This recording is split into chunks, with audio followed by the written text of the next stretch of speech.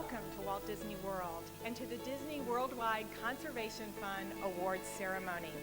Today, our company continues a tradition begun by our founder, Walt Disney. To bring the wonder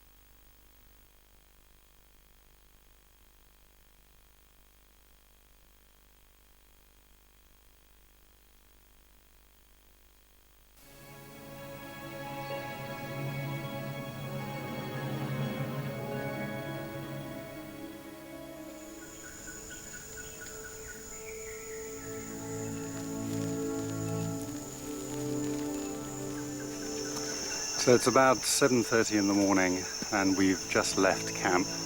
The forest is waking up, we're waking up, and the cicadas are still going, so it still has a sense of night about it. Often when I'm walking along these trails in the morning, I sort of regard it as our commute to work. Sometimes I imagine the rest of the world waking up, getting on buses or maybe getting on subways. Our commute to work is walking for an hour through the jungle in West Africa to find chimpanzees. So it really is a joy to walk through this forest. Oh, God. You can see it's not always that easy. There's always something trying to trip you up. The size of those poles and the weight of my bag is worrying me a little bit. We'll have a go.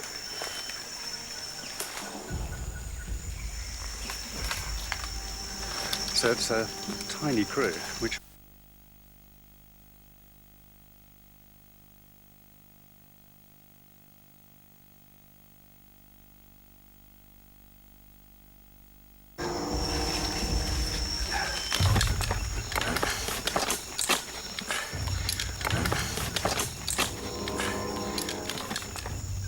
For a start, it's heavy. There are days where you have to take it out of the bag, put it back in the bag, time and time again. It's just really cumbersome and it takes ages to get in the right position so it goes in the bag.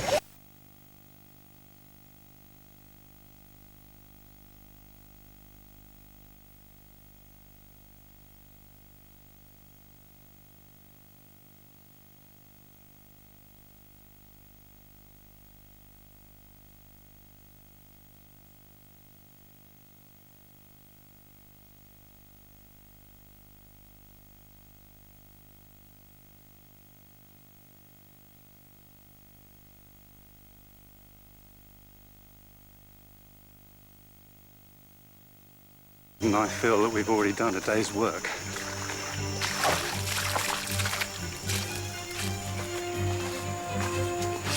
Straps got caught on a vine again. This happens about once a day.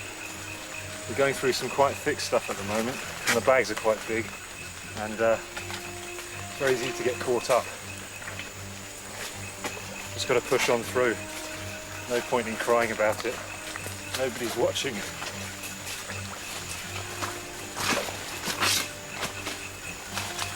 We've now got to find Valentine, who is with the chimps, but we're too far away to talk to him at the moment, so we're trying to get within range so we can call him and find out exactly where the chimps are.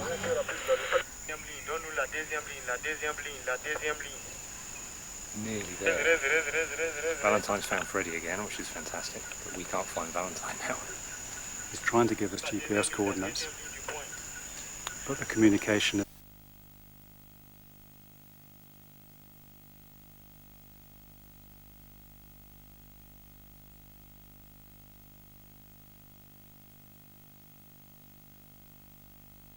virus is that we are. We left camp at 7:30. It's taken us 2.5 hours to get here. And just as we've arrived, it started raining.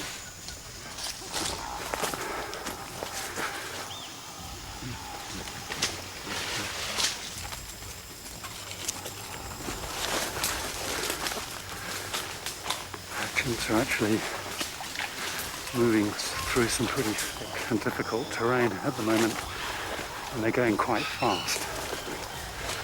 So it's quite hard to keep up with them.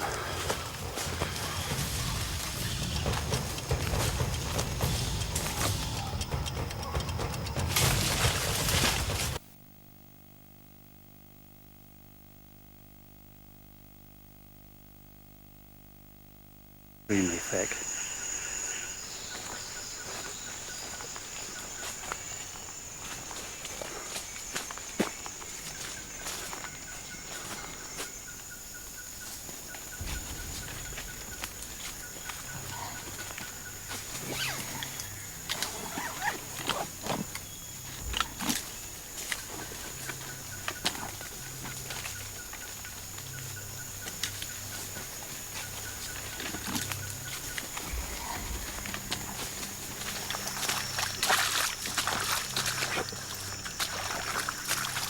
In all, for all this effort today, I got one usable shot. But it's at times like this when I imagine this process of making this film as like trying to construct a giant jigsaw. The jigsaw has about 600 pieces, as the film will probably have about 600 shots. And we have about 600 days to make this film, actual field time. So I think if I can just get one piece of the jigsaw per day over the whole of the production period, then I'm just about on target. So who knows, the one shot I got today might very well be in the film.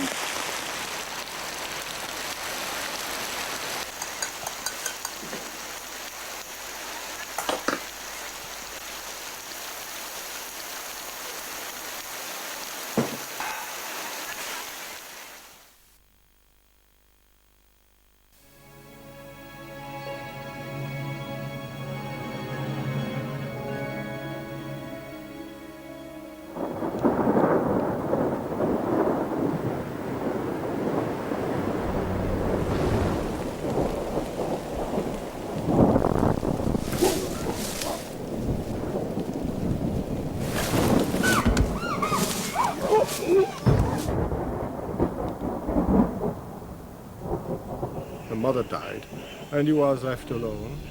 Without the nutritional milk and without the care of his mother, a 2.5-year-old chimp is not going to survive in the wild.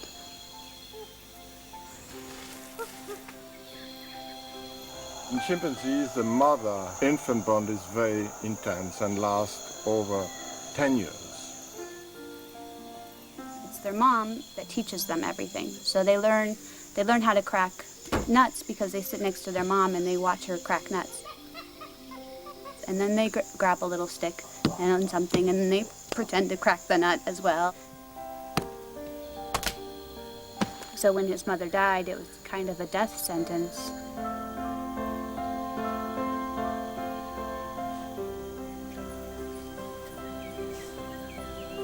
And to our surprise, we saw that an adult male started investing in this baby.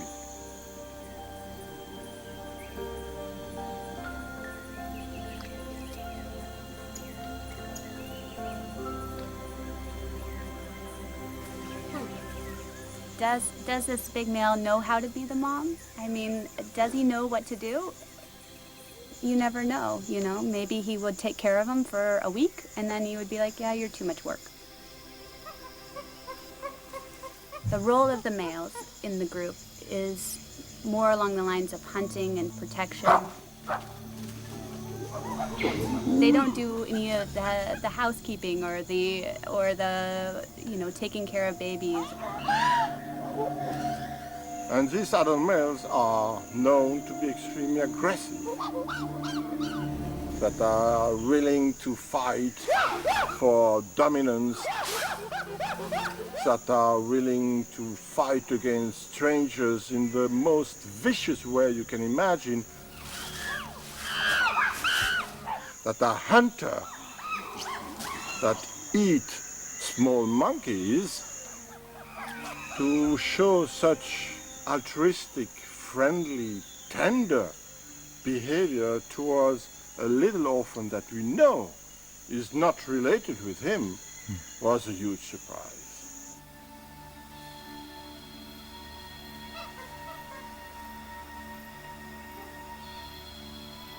This male not only adopted the little one, but carried it on his back all day long.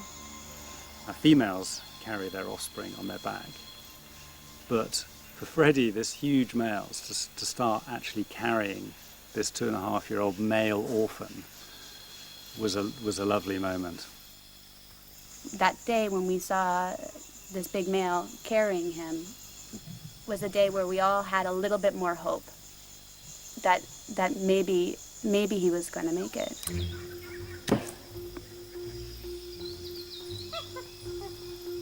The male was extremely generous. He was sharing 75% of the nut he was cracking with the little one. So he was, even according to female standard, a generous mother. Every day was like a voyage of discovery about what we would see next. That's what's so amazing about working with animals generally and chimpanzees specifically, is that you never know what's going to happen. Right in the very beginning, Freddie would come to these groups of females with their babies.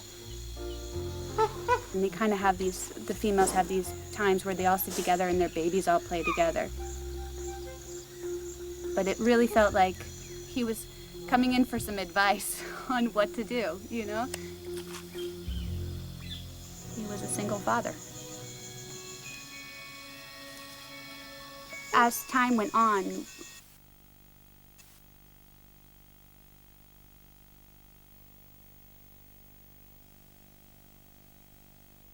when the big male would groom the little orphan. You see those big hands that can make these huge drummings on the trees, that can fight these other groups in the other territories. He's big, strong, healthy male. And there he is with a little tiny orphan that would be nothing without him.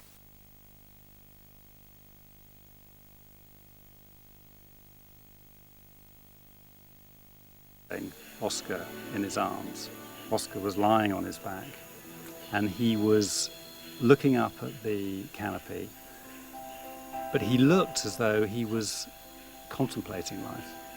I mean, it looked so human in the way that people would lie in a hammock perhaps and they would just think about things.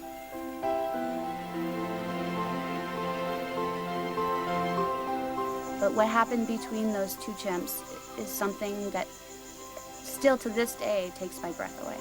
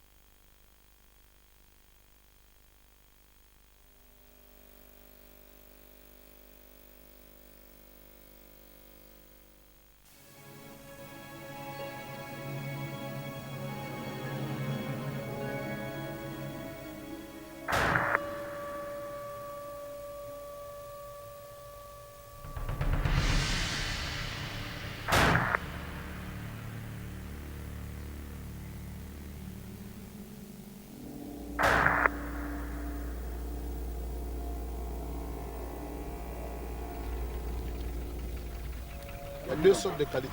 Le plus petit Il y a là, le là, plus, ça là. plus petit comme ça là. Mais lui là. Plus fâché. Oh. Là, ça là. Ça c'est méchant. Il est trop méchant.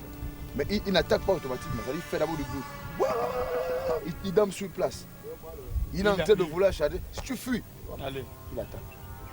Dans les eaux, Nous on a des trucs sauvages, très sauvages. on a Jamais vu l'homme. We spent the last 3 or 4 days arguing over fuel, arguing about when to start, arguing about the payload of the helicopter. And finally, I think everyone's just a bit bored of arguing and we're going to go and have a go. Bon, tout à l'heure. We're going. We've dropped the traps off, we've got one more deposit of gear to go, and then they're on their own, they're out there with a satellite phone, some food, and it's just nothing. It's pretty frontier out here, it's pretty wild and exciting.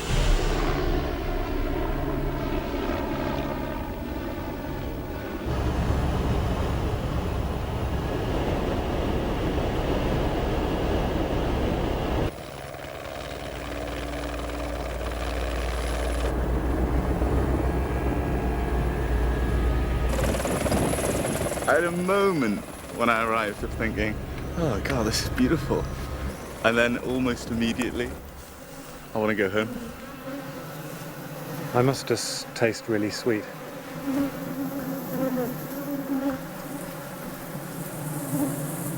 It's just not pleasant.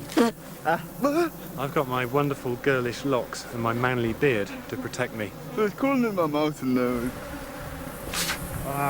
You tell yourself, I don't mind, there are only bees. And what's the worst that they can do?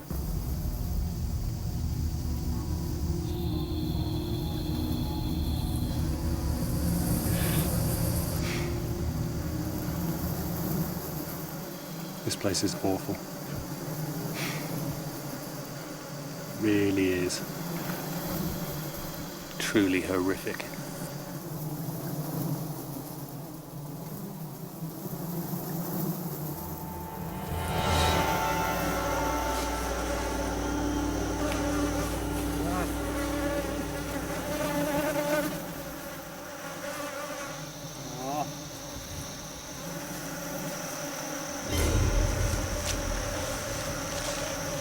Unbelievable.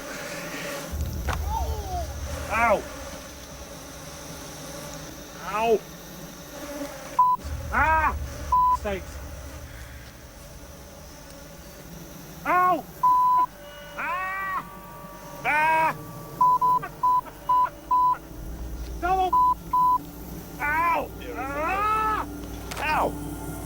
Ah, yeah! Ah! Ah! Ah!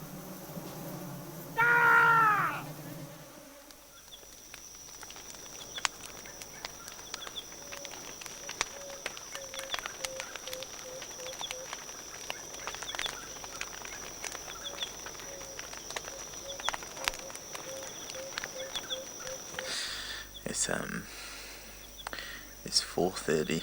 Yesterday was it's impossible with the bees, it's impossible. We're gonna head up the mountain for sunrise and try and get sunrise and some misty morning stuff, and hopefully we can knock off some nice shots before the bees wake up.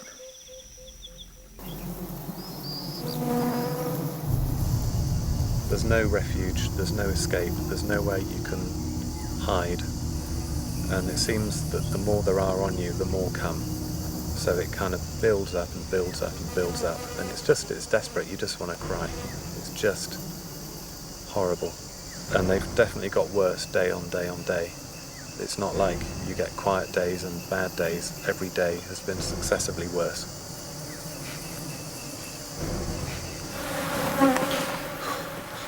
It's got intolerable. Just don't know how much worse it's going to get. If we don't stay on the move, we're going to get properly done.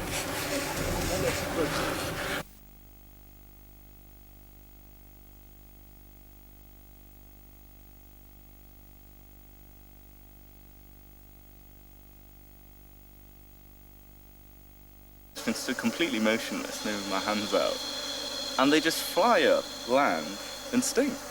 Try as I might to try and explain it as like a form of defense. It's not true.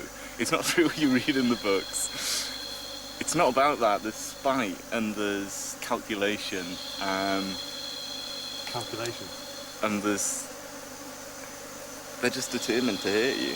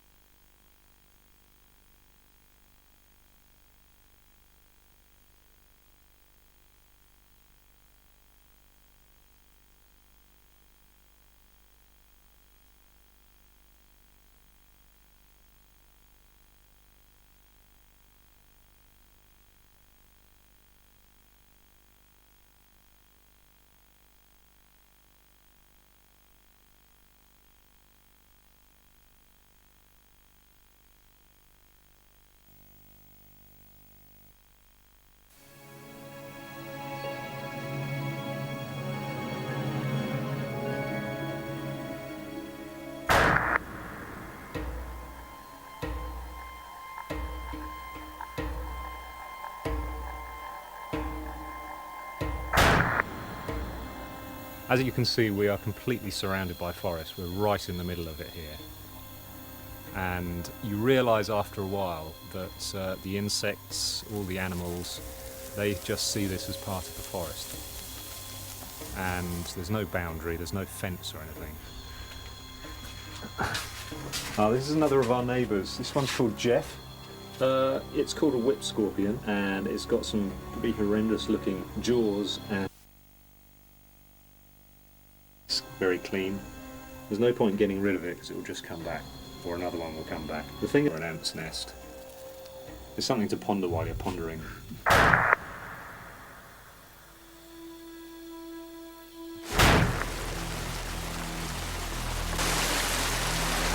We've just seen a snake.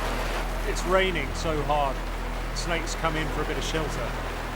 I think it's poisonous. We thought it was one of the biggest snakes here, gaboon viper. We're going to have to get the snake book out. We do have a snake book. If it's a gaboon viper, if it bites you, you won't survive. It's very, very dangerous. It will jump for its life. It's making a break for it now. Hang on. There's somebody else coming up. Stop, stop. Il y a un serpent.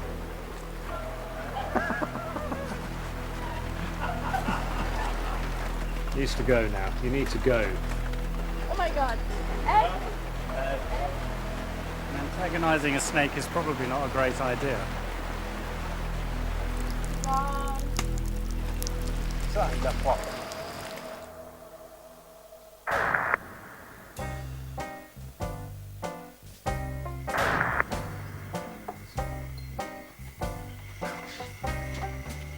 These are larvae from a mango fly. They come out bottom up, so they're holding on with their teeth. It lays its eggs on the clothes that we hang on the washing line, and then we put the clothes on and the eggs go into our skin. We've got little worms growing in us. There's probably about 20 or 30. There's more on my lower back. The only way of getting rid of them is to cover them in Vaseline, suffocate them, and then at the right moment get a willing helper to squeeze. Ah! So that's 1, 2, 3, 4, 5, 6, 7, 8, 9 out so far, proper. Oh! That one landed on the floor. 16. Thank you. Thank you, Libby. You're welcome. Anytime. Oh, that was really good.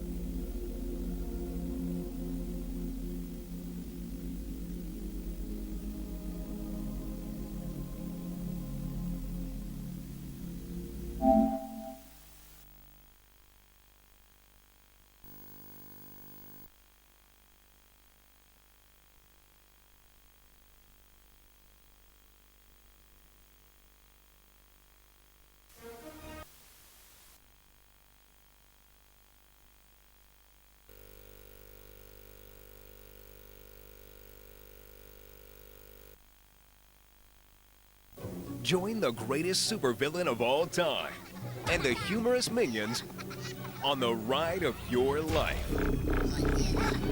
What could go wrong?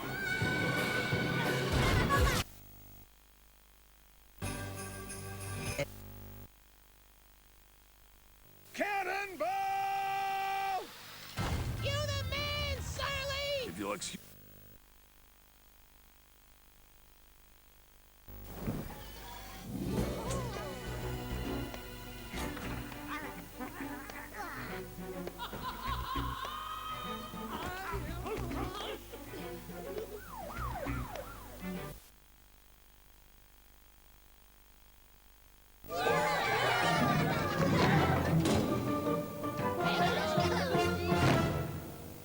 When you look at the films and you step back and look at Gru's story within each film, what you realize is that he's going through life experiences that are very relatable, but he's going through them with his own unique perspective and angle.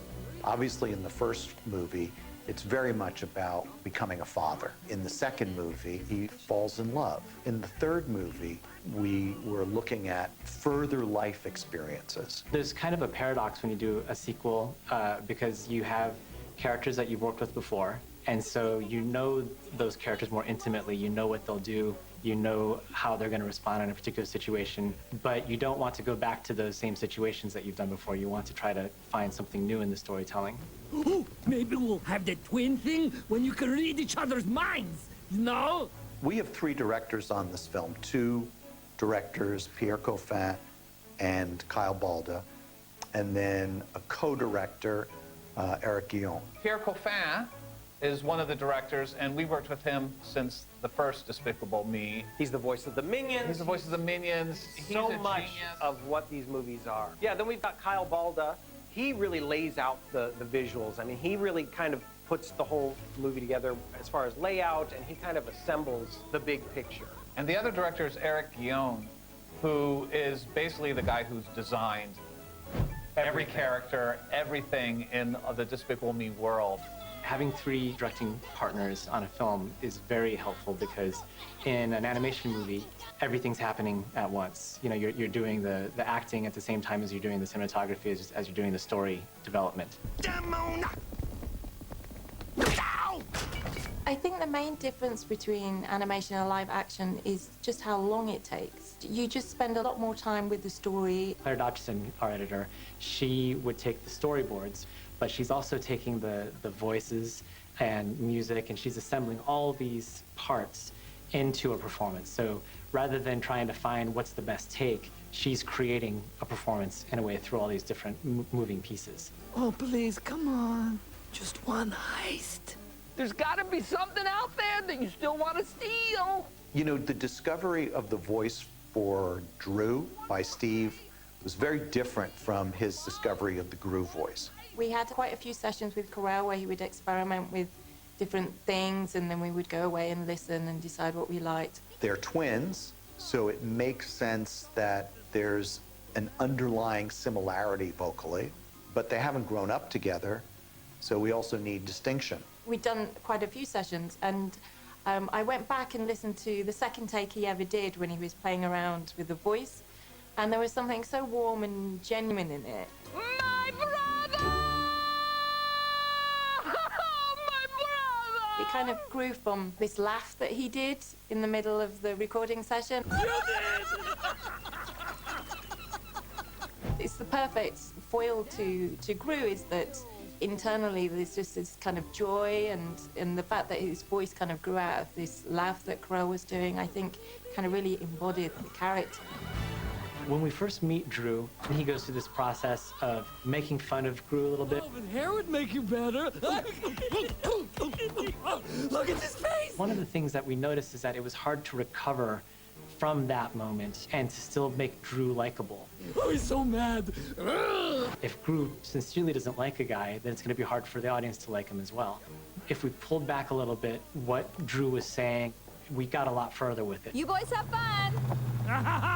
Bye-bye, Wonder Twins. I've been a bad boy. These villains in the movie are very critical parts of the film, and you do need to give Gru a worthy adversary, a villain who presents a real challenge to him and to Lucy, and one who's worthy comedically. Gru! Balthazar Brat is voiced by the brilliant Trey Parker. He has an amazing voice. He's a comic genius. Evil Brat was a masterpiece. Does no one value true art anymore? Well, we were so excited when we realized that Balthazar Brat was going to be an ex-80s TV star, because we knew that the 80s was going to be a big part of his character today. And so we were so happy that we got to create a supervillain who was obsessed with the 80s. This narcissistic, rejected child star who is trying to get his revenge on Hollywood by interacting and replaying all the episodes of the TV show where he played this villain. Hello, Hollywood! I remember the first time that we were looking at a turnaround, which is a 360-degree view of the character of Balthasar Bratt. But as we come around the back side of him, we notice for the very first time that Eric has designed this perfectly round bald spot into the character. So it's the design, it's the voice, and then it's spectacular animation.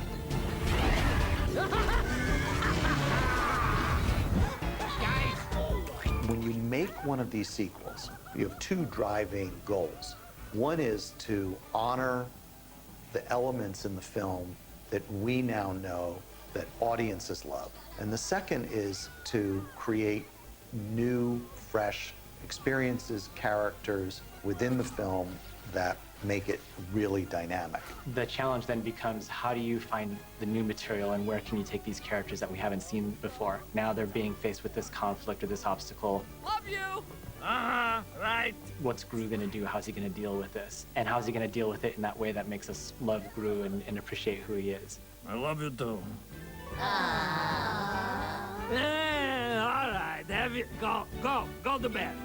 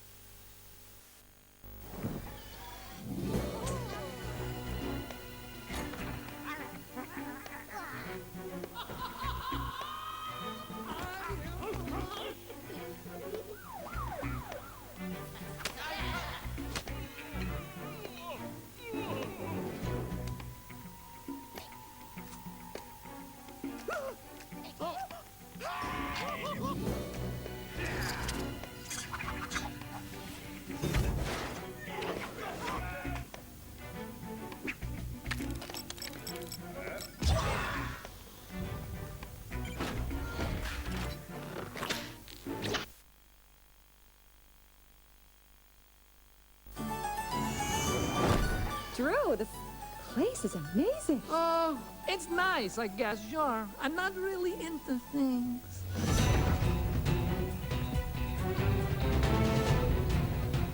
Come on, this is gonna be fun!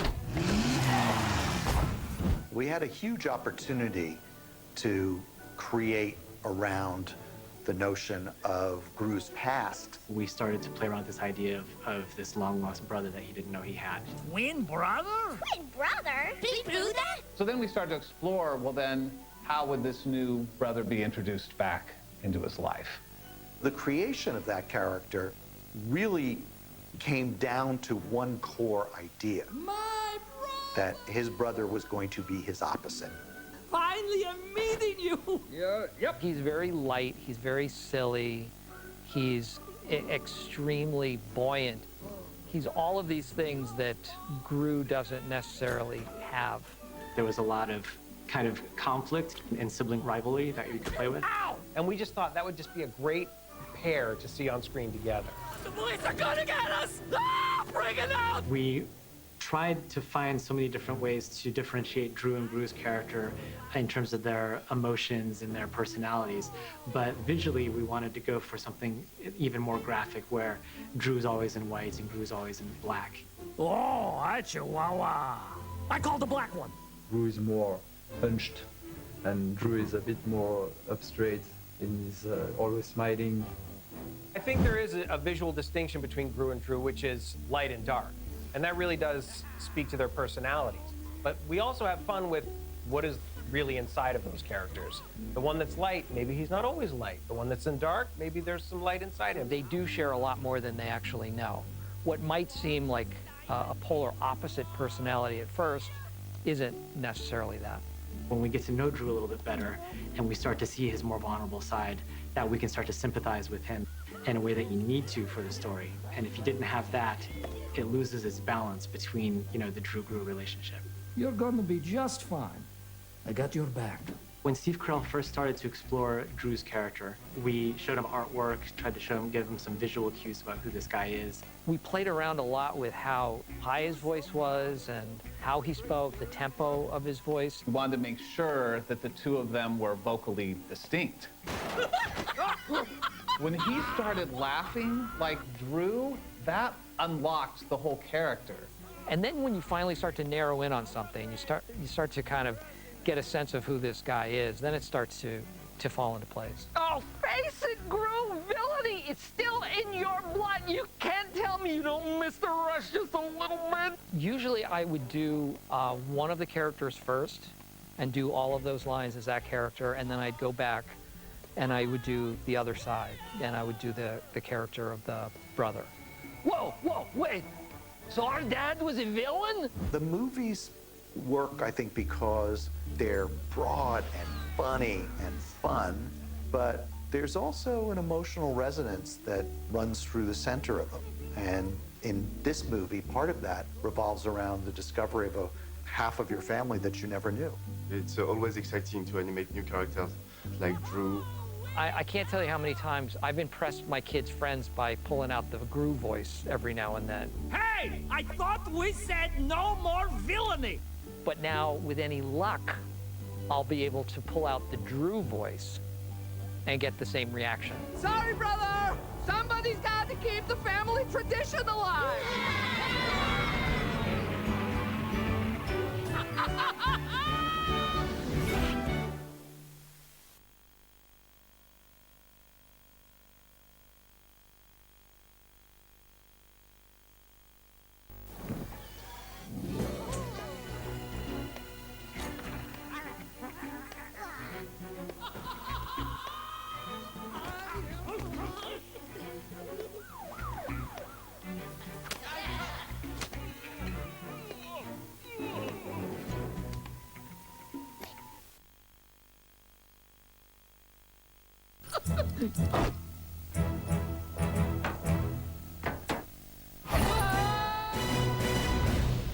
It was exciting to create something entirely new that would fit into this world.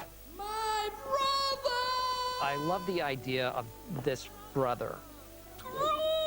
Drew! He's not very much like Gru at all. I wonder what this does. Gru is very silly and very crazy and funny. And Gru, I think, takes things much more seriously and is much more literal. Which one of you losers is Agent Gru? Oh, that would be me. Drew has a great head of hair, flowing locks. And that's a point of contention between them as well, because Gru certainly resents the fact that his twin brother has the hair of a goddess. How is my brother finding a wife like you when he is so bald? And then the reality of meeting his brother is a letdown because he's not very much like Gru at all. Excitement quickly dissipates to sort of disgust. Brother, teach me the art of villainy. No. He's all of these things that Gru doesn't necessarily have as part of himself. But as you find in the course of the movie, they do share a lot more than they actually know. Oh, it's so nice to see you two are getting along. Oh, we're getting along perfectly. Wait, did we just finish each other's sentences? We have a relationship with his brother, like a completely different kind of dynamic, and how they're going to navigate whatever tricky road they have ahead. Then you see it, and it really comes to life. It's so much better than you could even imagine. It's go time!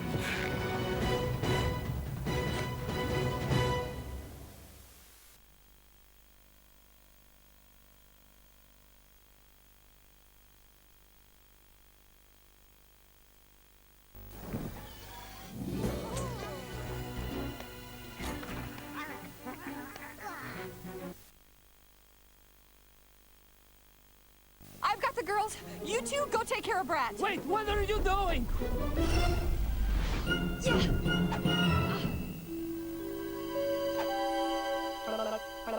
Lucy's life definitely changed a lot. Agents Grucy are closing fast. Yes. Wait, what? What did you call us? Grucy, you know, Gru and Lucy mushed together. Try it. I like the fact that they're telling the story of, you know, a step family merging together and how it is to be a stepmom and how you have this relationship with these kids that you sort of have to figure out. Mother-daughter bonding time. Let's do it. Whoop, whoop. Bye. I think she likes Fredonia. She's trying to bond with her kids. They're out doing all these things in this foreign country. She's doing her best, but she knows she's not quite there. Lucy, can we get these, please? Okay, but only one each. I mean it. Oh, man. No, I don't. Get as many as you want. I don't care. Yay! Awesome! I kind of like that they showed that struggle in her a little bit. It's okay to tell them no sometimes, too, you know? Moms need to be tough. They're like a very happy family that's not really involved with the criminal world, just living a peaceful existence until...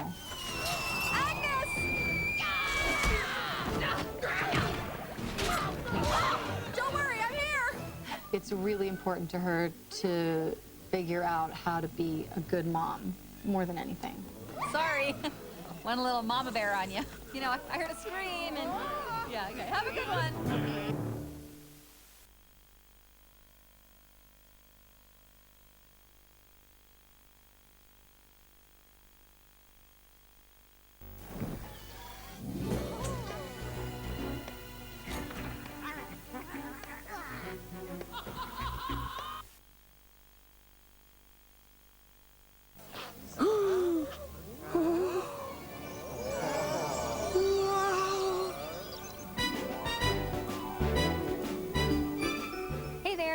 I'm Margot. When I started, I really was like the age that she really is in the movie.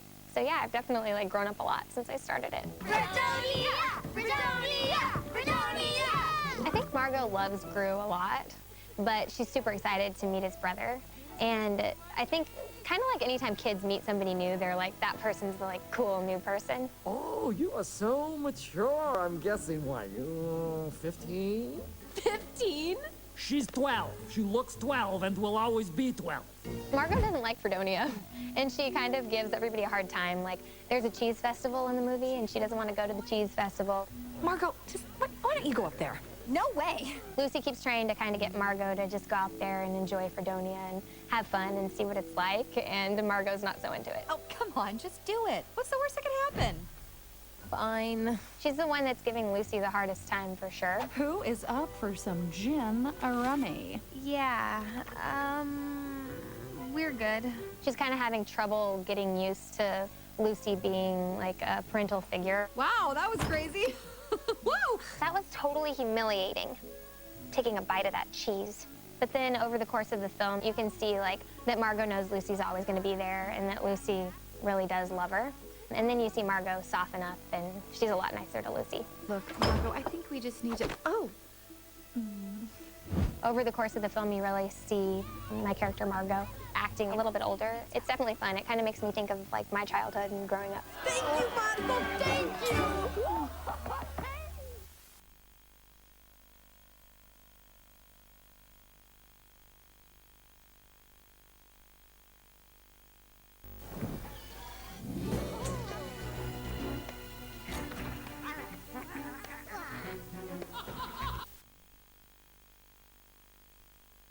Edith! I can tell that you are a little mischievous. We're gonna have to make a little trouble later.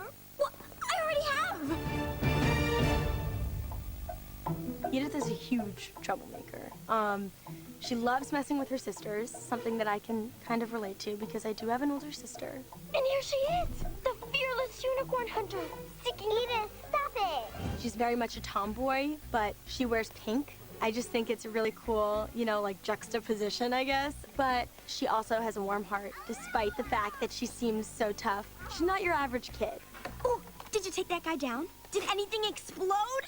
When I started working on the first film, I was only 11 years old. And then for the second movie, I was 15 or 16. When we started working on the third one, I was 19 years old. I'm almost 20 now. Agnes thinks she's gonna find a real unicorn in the woods tomorrow. She's totally freaking out. I think the biggest challenge was when my voice jumped from 11 years old to 15 years old. I definitely have to make my voice sound younger, which is so much fun because I get to kind of live in the body of a little girl and, you know, act young and crazy again because I have to be responsible now that I'm older. Can we go back now? I love recording the voice of Edith because I get to play with all of her lines. Yeah, I'll let someone else burst her bubble. There's definitely a challenge with not having anyone else in the room because you might be really sassy in one moment and really sad the next or scared and you don't have anyone else to really play off with as much. Yeah, we're fine. Are you? And it really is a great opportunity to use your imagination. Fritz, my good fellow, could you get me another napkin, please? Overall, these films have meant a lot to me just because it's about family. And you know, having these films is something that I can hang on to remind me that, you know, no matter where I am, that my family is there for me. You know, both my Despicable Me family and my regular family.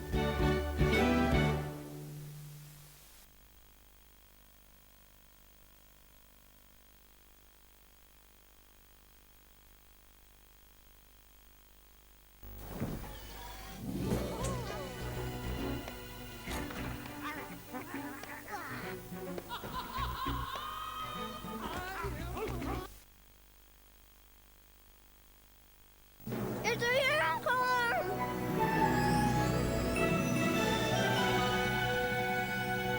When I got the call, my agent and my manager were both on the phone and they said, "How would you like to be Agnes?" And I said, "No way, no way, no way, no way, no way, no way, no way, no way."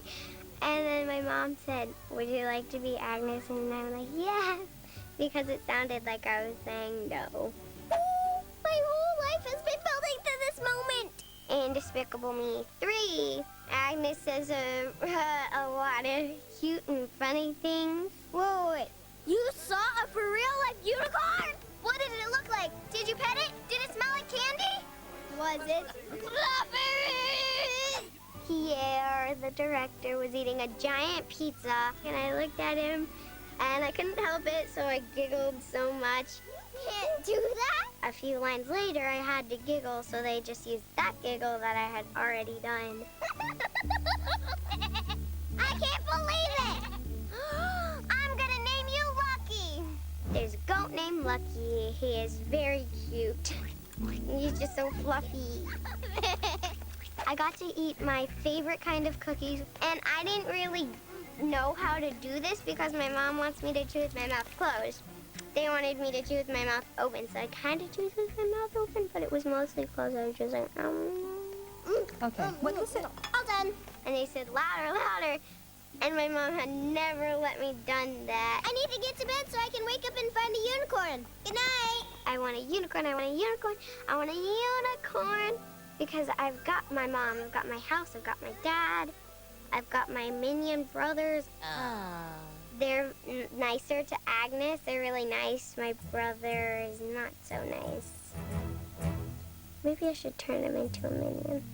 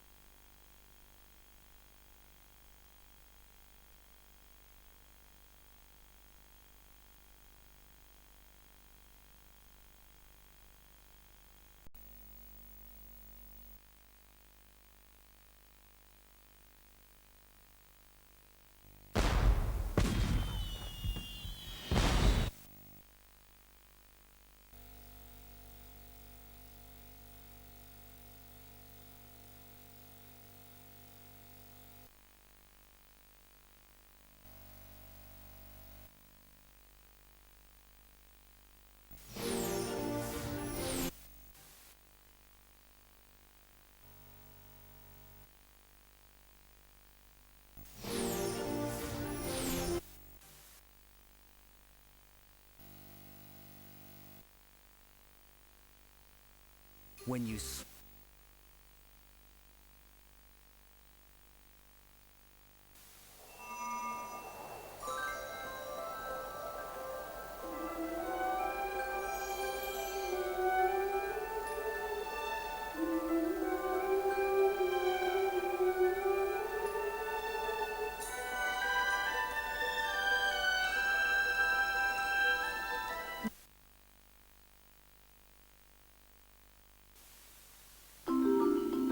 Realistic human characters like the beautiful girl or the handsome guy are always the toughest things to do in traditional animation. They're difficult to draw, and they're difficult for the acting because they're very subtle.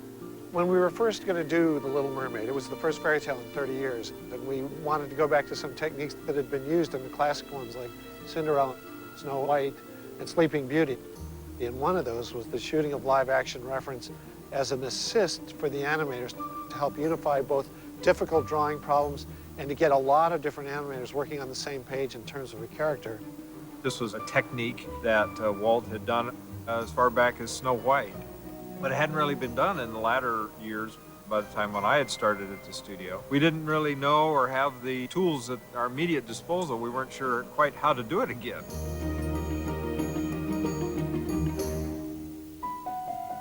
So we actually enlisted the aid of some people who were involved in some of those early shoots, including Catherine Beaumont, who was the voice of both Alice in Alice in Wonderland and Wendy and Peter Pan. And we brought her in and we had a long talk with her about the actual shooting, what it involved.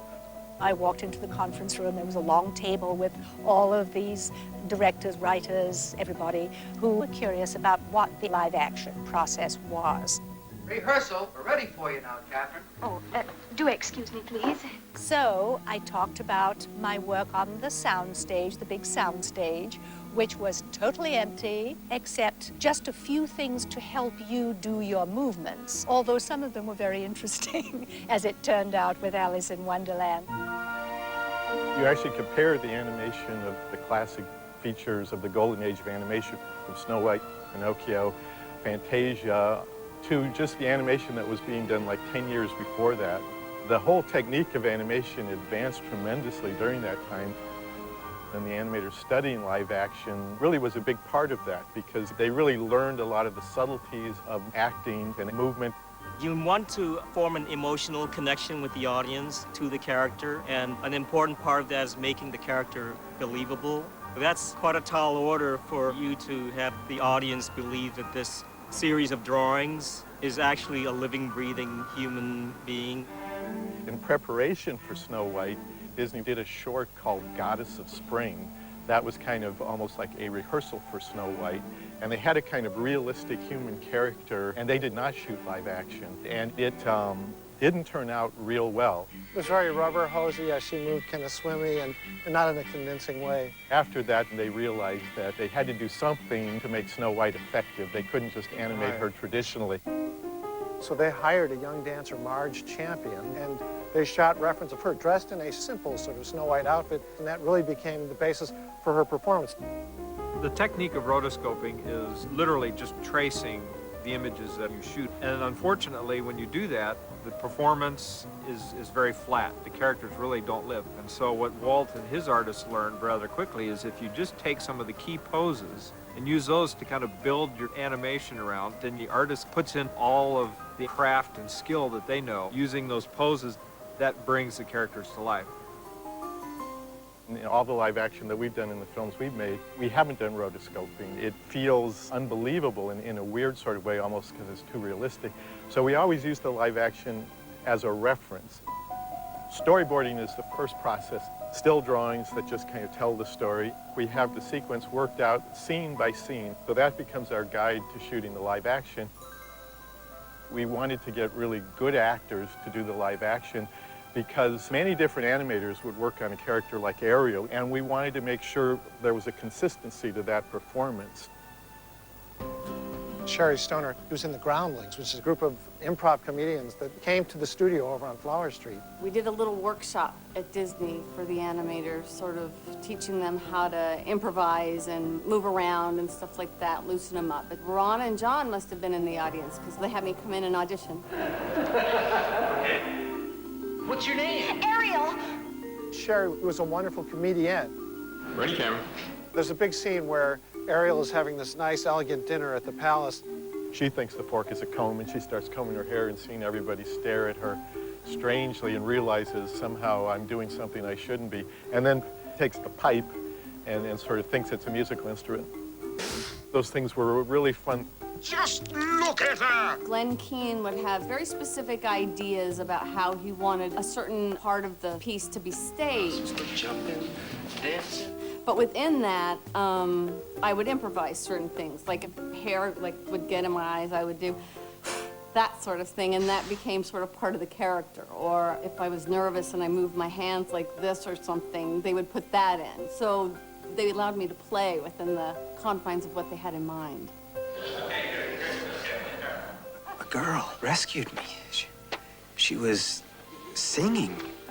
Josh Finkel was our Eric to Sherry's Ariel, and he also was tremendous and willing. It looks just like him. I would get a packet from Disney that would contain the storyboards of the sequences we're about to do, and then the audio tracks of the pre-recorded voices of those sequences. And basically, it was my job to put those two things together. You look wonderful. Ariel notices that the crab is on Grimsby's plate. Grimsby isn't paying any attention. The comedy of the scene was already there. It was just me playing it out in a comedic way. We did kind of a master where just the two of us were sitting next to each other. They had a chafing dish from the cafeteria that they used, and then they would just try different shots and improvisations of, you know, do it later, do it earlier. Well, what do you say? Would you like to join me on a tour of my kingdom tomorrow? Josh Finkel had a theater background, and he was comfortable with phrasing his movements and staging things for an effect as you would in a play. He brought a kind of a theatricality to the prince. I'm telling you, Grim, she was real. I'm gonna find that girl, and I'm gonna marry her. The original live-action reference process, they shot on film, and they were fairly elaborate. There was a lot of attention to detail in terms of if a character was walking down steps, they had steps built. They wanted to make sure that these live-action scenes were staged as closely to the way it was going to be laid out in animation. And we just didn't have the budget or the time to do it exactly that way. So what are we doing? Little Mermaid. So we used video. Ready, camera. I lost her once. I'm not gonna lose her again. Good. Cut. Our big sets were apple carts and risers. And then at the backdrop, there was a grid that's lined off with tape. That gave you a vertical and horizontal measure so that if you want to walk, you have a point of reference for animators to look at. We had our puppets and our props and things.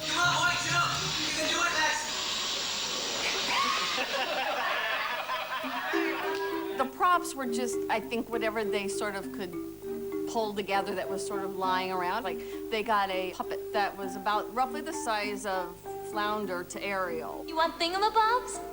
I got 20. Whatever worked, you know.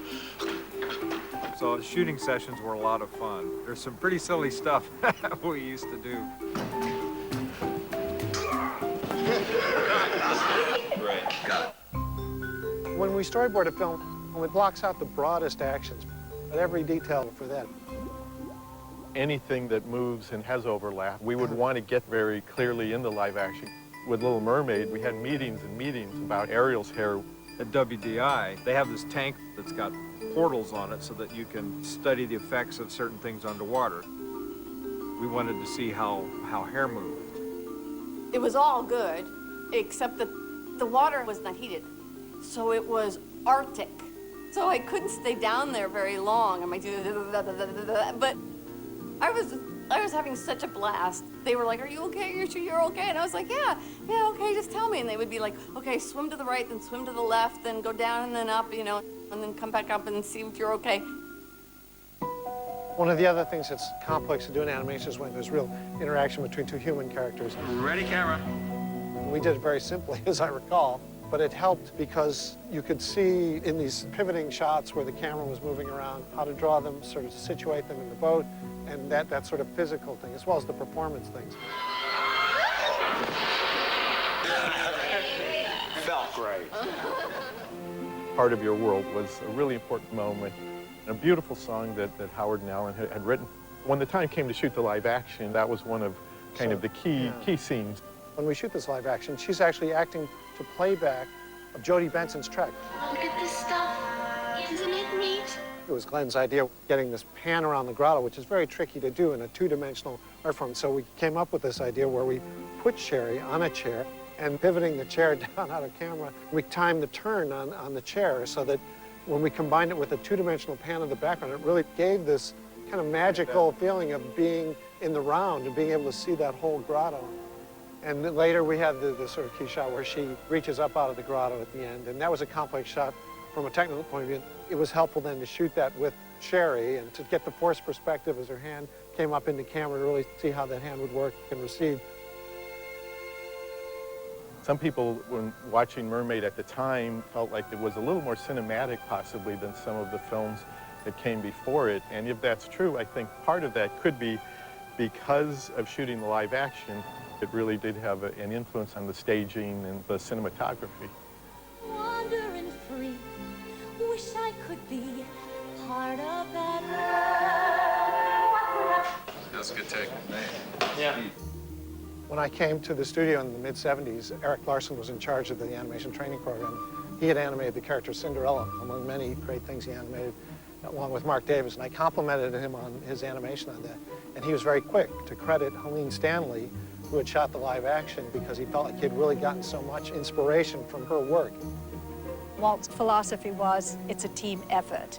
And I was very much aware as I began working for Disney that that's how everything was. And they sort of made me part of this team. And I saw Alice coming alive.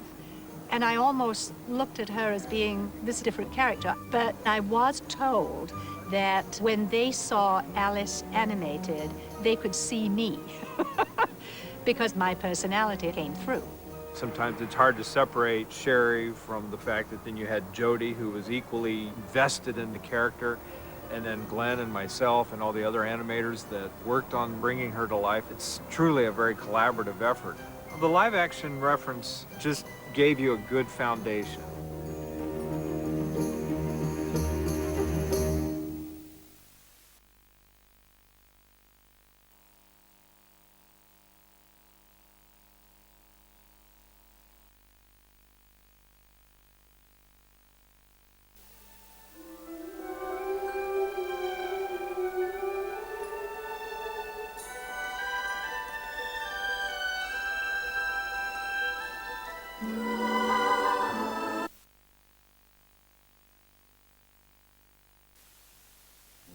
I don't feel in a position to have much to lecture about. There's probably very few people sitting in this room who know less about animation, certainly, than I do. I'm brand new here, and John and Ron have been teaching me, and in working with this process, I'm learning tons.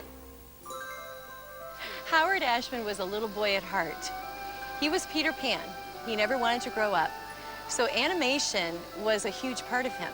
Not because of this like professional aspect, but because he was a kid at heart. So animation, oh my gosh, right up his alley.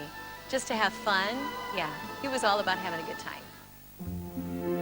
Howard Ashman, the great Howard Ashman, was the lyricist of Little Mermaid. He wrote the lyrics and really helped conceive of the songs on Little Mermaid, working with Alan Menken. He lived in New York, but he literally came out and spent 3 weeks every month at the Disney studio. Pretty early in the production of the movie, we had a series of lunchtime lectures. And these were done for the animators and for the staff of the studio as an enrichment thing and to clue them in on what was going on and to give them a point of view from some visiting artists. We felt it would be a great idea for Howard to do one of these lunchtime lectures. At this point, he and Alan had written the early demos for most of the songs. The movie was not really in production yet, so a lot of the staff wasn't that familiar with what was going on and the return to fairy tales, the return to a musical fairy tale. And even though this is just a locked off camera, they just recorded so other people who couldn't attend the lecture could see it later. It's great now that years later we're able to see this.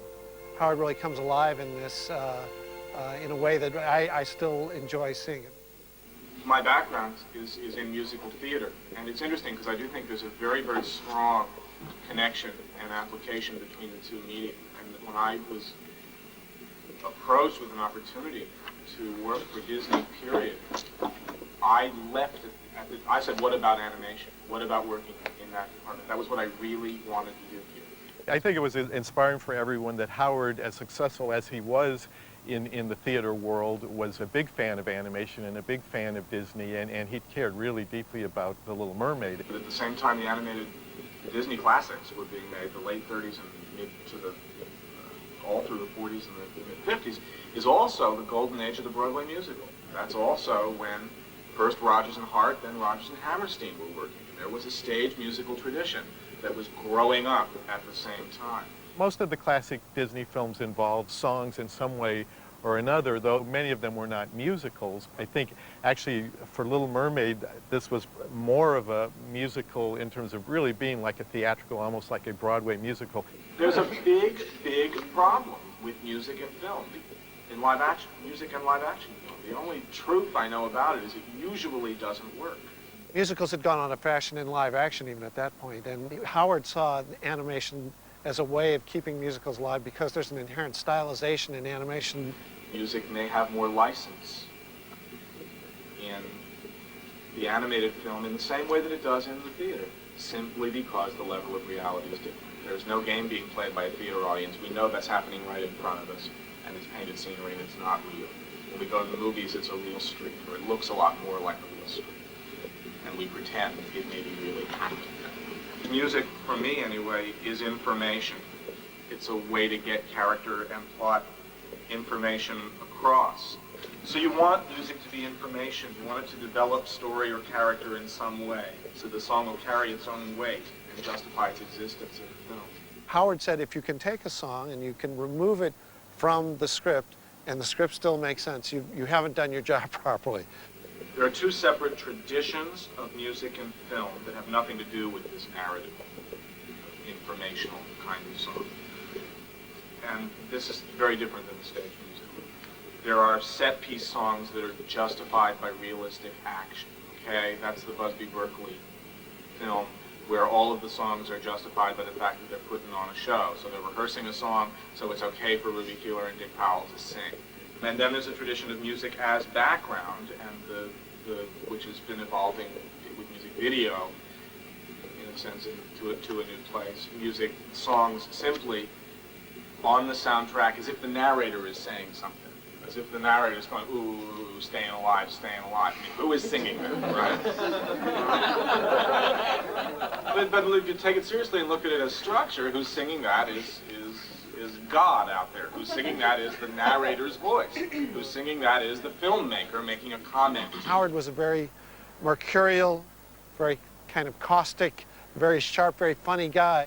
In this, he gets to discuss his theory of why these songs were where they were, how they advanced the story, how they contributed, how they aligned to the grander traditions of musical theater.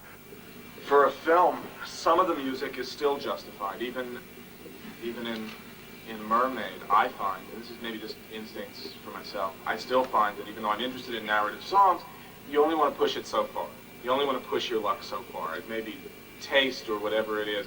I'm not really terribly interested in the animated characters starting to look at each other and go, hey, let's go down and buy some soda. There's narrative information getting across, but in a different way, and in a kind of song that's constructed differently. Some of the music is still justified. The film opens with a sea shanty. Again, these are very early demos, so they're done on all that. You've probably all heard these until you're sick. I know I have.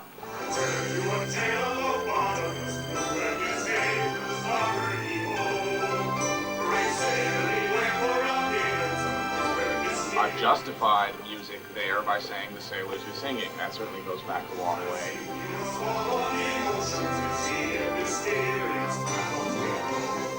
There's a lot of information in that lyric, some of which people will get, some of which people will not. The fact is, it's all there.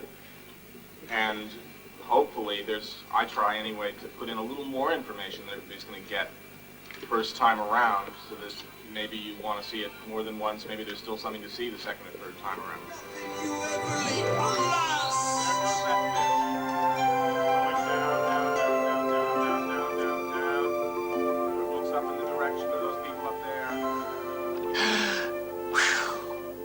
We were in a building in Glendale at that point, developing the story, and Howard and Alan were in an office there writing the songs, and so we could hear the music.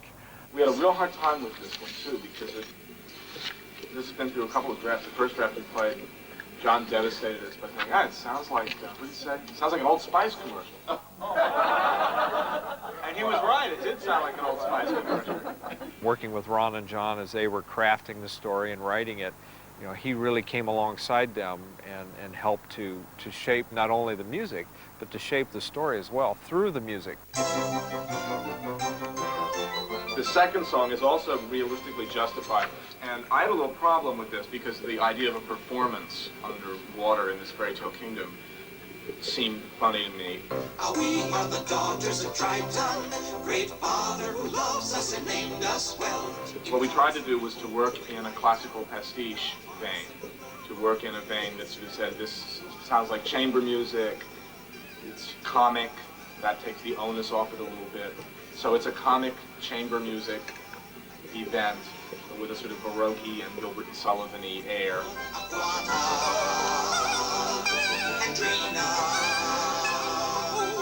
The way the rhyme scheme is built, the last thing they're going to do is present Ariel, who's not there.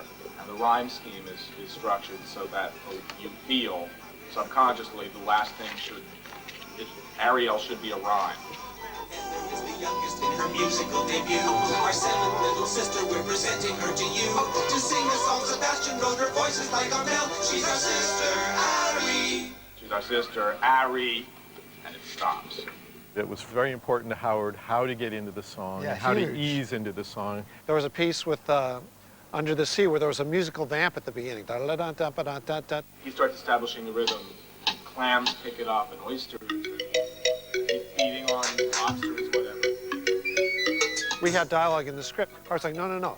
We will back that vamp up under the earlier dialogue, so he will be speaking over that musical vamp. So you make the transitions between the sung stuff and the dialogue stuff as seamless as possible. The human world, it's a mess. Life under the sea is better than anything they got up there. The seaweed is always greener in somebody else's lake. And you don't even realize that you've gone from sort of a scene where characters are just interacting naturally. Suddenly they're singing, but the change just happens kind of without even noticing it. Under the sea, under the sea. Integrating the popular style song, and that's another importance. Our particular tradition integrates music that has something to do with the culture we're living in, something to do with the popular song, and not another kind of song that's purely theatrical. Somehow telling story through pop music is part of what this is about too.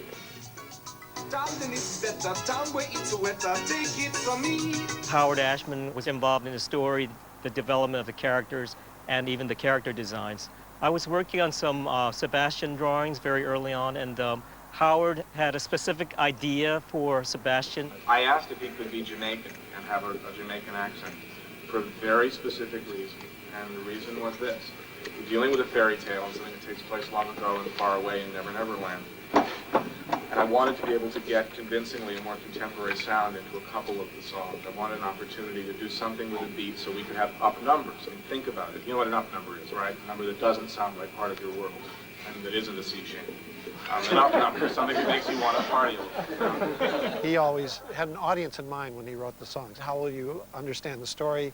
How will you be engaged by them? And it was his idea to use reggae and calypso music, and that was a way he thought of making the music accessible in a kind of a pop way that would bring a wider audience to the movie and be more engaging, and I think he was absolutely right. I admit that in the past I've been a nasty. They weren't kidding when they called me, well, a witch. Ursula is the sea witch, and this is the closest to a musical theater song that the piece has. This is absolutely a plot song. It is justified by nothing, and this is the riskiest song in the film, in that it covers the key plot point in the whole story, which is Ariel giving up her voice. When he did the Witches song, he really structured it in parts, almost like a three-act play, where there was the invitation to her, the seduction, and then there was the spell at the end. And he told us his songs he thought of as having a shape. It was almost like a graphic shape. There's sort of a crescendo and a climax to the song itself, so it's like a mini play in itself. Look at this stuff. Isn't it neat? Wouldn't you think my collection's complete? This is a classic kind of song. The Disney version of saying the beginning of every film of the classic fairy tale. There's a version of this song. It's fascinating. We screened Cinderella about a month ago, and The Dream is a Wish is one. Snow White, somehow they got away with two. I'm Wishing and Someday My Prince are exactly the same song. This is the moment in time where the audience just falls in love with your character. And the way that they fall in love with you is because you want something. And there's some sadness, there's a little bit of longing, and there's just some kind of way that you can connect with the audience. It's that simple little vulnerability. This kind of song exists in the Broadway musical from Wouldn't It Be Loverly, Eliza Doolittle, and My Fair Lady, tells us what she wants, Rodgers and Hammerstein. Every show, the leading lady has a chance to plunk herself down on a tree trunk somewhere and to sing about what she dreams about. And she sings, "This is what I want in life." It's called the Girls I Want song. I want to be where the people are. I want to see them dancing. You're not going to miss what the film's about. That's the central issue of the entire film. And by having her sing it, it makes that point indelible. She wishes she were human. At the end, she will become human, and that's what she wants. There's foreshadowing there when she says, "What would I give if I could live out of these waters? What would I pay?" What would I pay to spend a day warm on the sand? The fact is, she's going to make a deal with the devil, with the sea witch. She's going to give up her voice. She's going to give up a lot. She's eventually going to give up practically her life. When we recorded Part of Your World, he stood to the left of me for those 7 days, and all he kept saying to me is, just tell the story. Very simply, just tell the story. It just happens to be to song. That was so important to Howard. What would I give if I could live out of these waters? The intensity is better than... What would I give? When we first heard Part of Your World, we were in his apartment in Soho, and we came there, it was wintertime, and we went up there, and Alan played it on the piano, and Howard sang it. And often, Alan would sing the demos of the ballads, but on this one, Howard sang it. And it was like you were watching... her right there. Part of the sea. Wish I could be part of that world.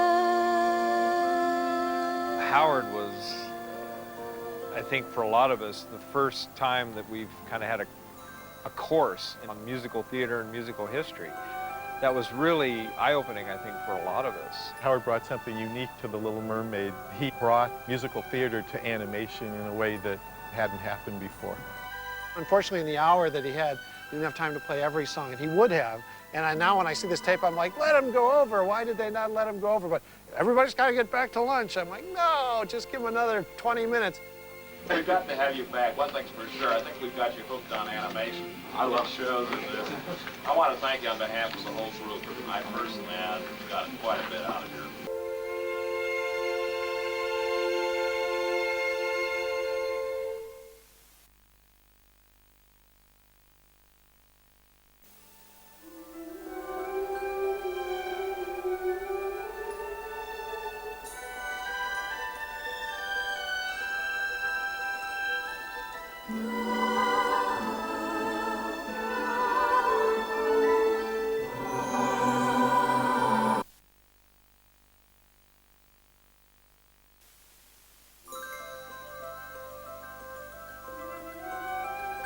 Every fairy tale is a journey to happily ever after.